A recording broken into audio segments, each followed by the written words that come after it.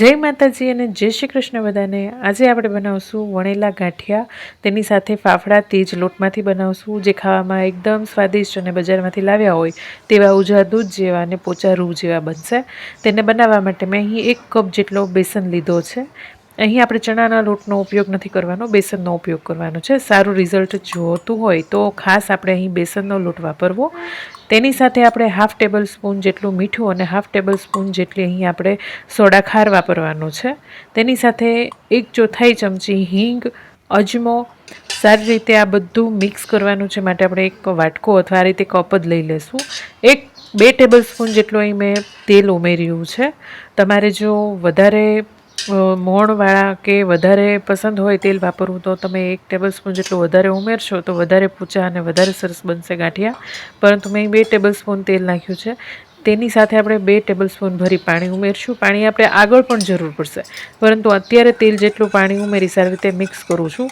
જો તમે પહેલી વખત ગાંઠિયા બનાવતા હોય તો તમારે આ પ્રોસેસ છે એ ગરમ પાણી કરી અથવા તો તમારે મિક્સરની અંદર જારમાં નાખી અને એકાદ આંટો મિક્સરમાં ફેરવી લેવાનો, તો તમારે એકદમ મિશ્રણ છે એકદમ સરસ મિક્સ થઈ જશે। જેટલું તમે મિશ્રણ મિક્સ કરશો ને એટલા તમારા ગાંઠિયા વધારે સરસ બનશે।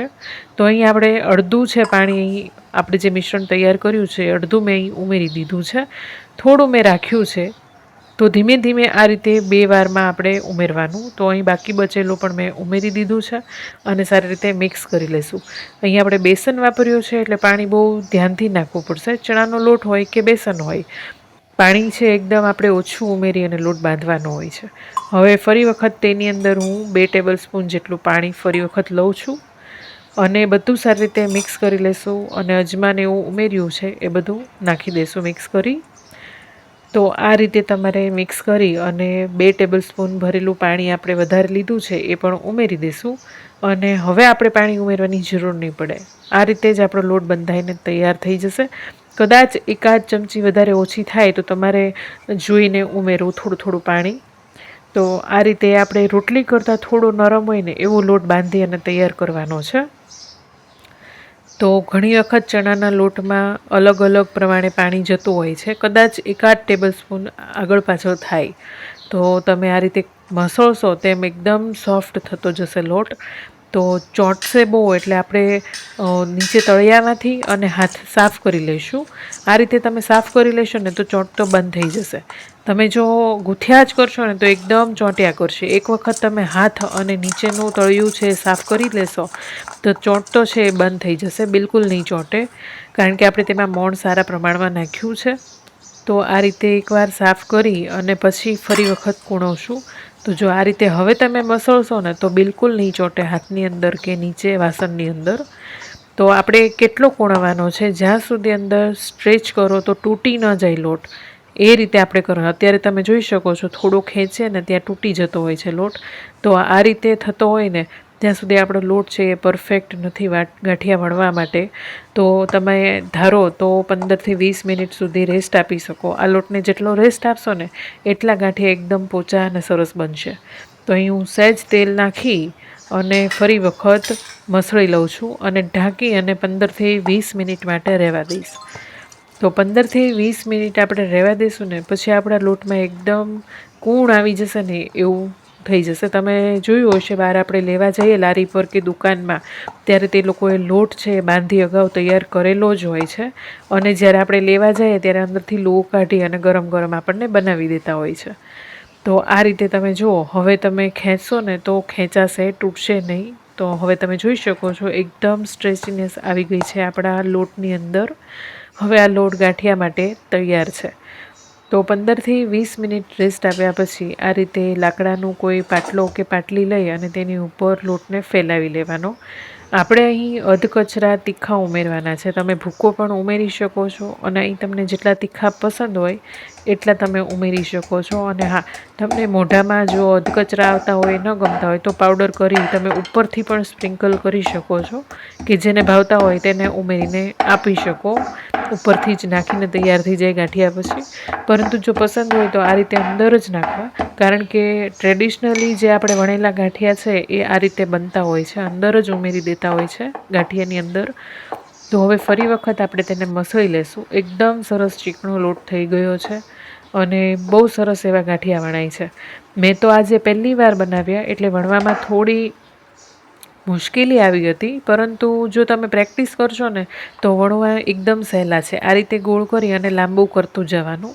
તો બહુ મીડિયમ હાથે ભીંસ દેવાની છે, એવું પણ નહીં કે બહુ પ્રેશર એકદમ દઈને આપણે ગાંઠિયો વણવાનો.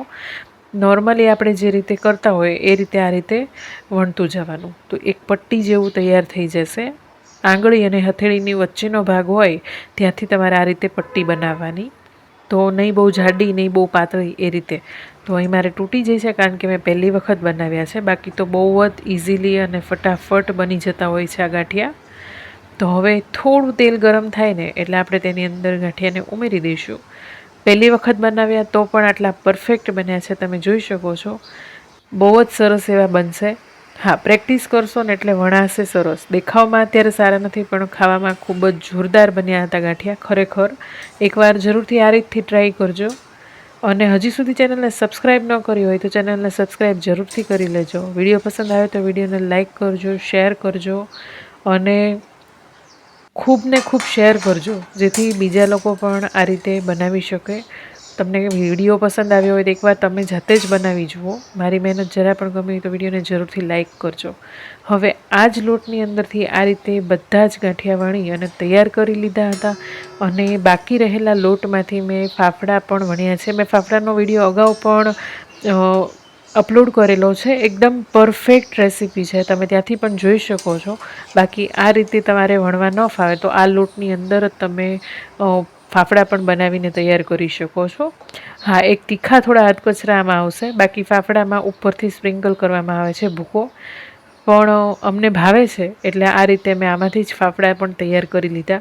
તમે જોઈ શકો છો ઇઝીલી ફાફડા બની અને તૈયાર થઈ જશે. તમારે આવી રીતે 2-3 જેટલા સમાય એટલા ફાફડા એકસાથે આવી રીતે પાડી દેવાના હાથની મદદથી અને પછી તમારે તેલમાં ઉમેરતા જવાના. તો તમે એક એક કરો તો વાર લાગશે. આ રીતે પાટલા પર જેટલા સમાય એટલા ફેલાવી દો. અને ખાસ લાકડાની પાટલી લેવી અને તેલ બિલકુલ ન લગાવવું.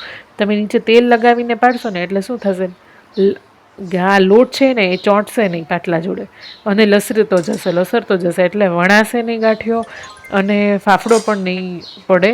આ રીતે તમે કરશો તો. એટલે તેલ નહીં લગાવવાનું. તેલ લગાવ્યું એટલે કોળવી નાખવાનું લોટને અને પછી આ રીતે પાડી અને તેલની અંદર ઉમેરી દેવાના.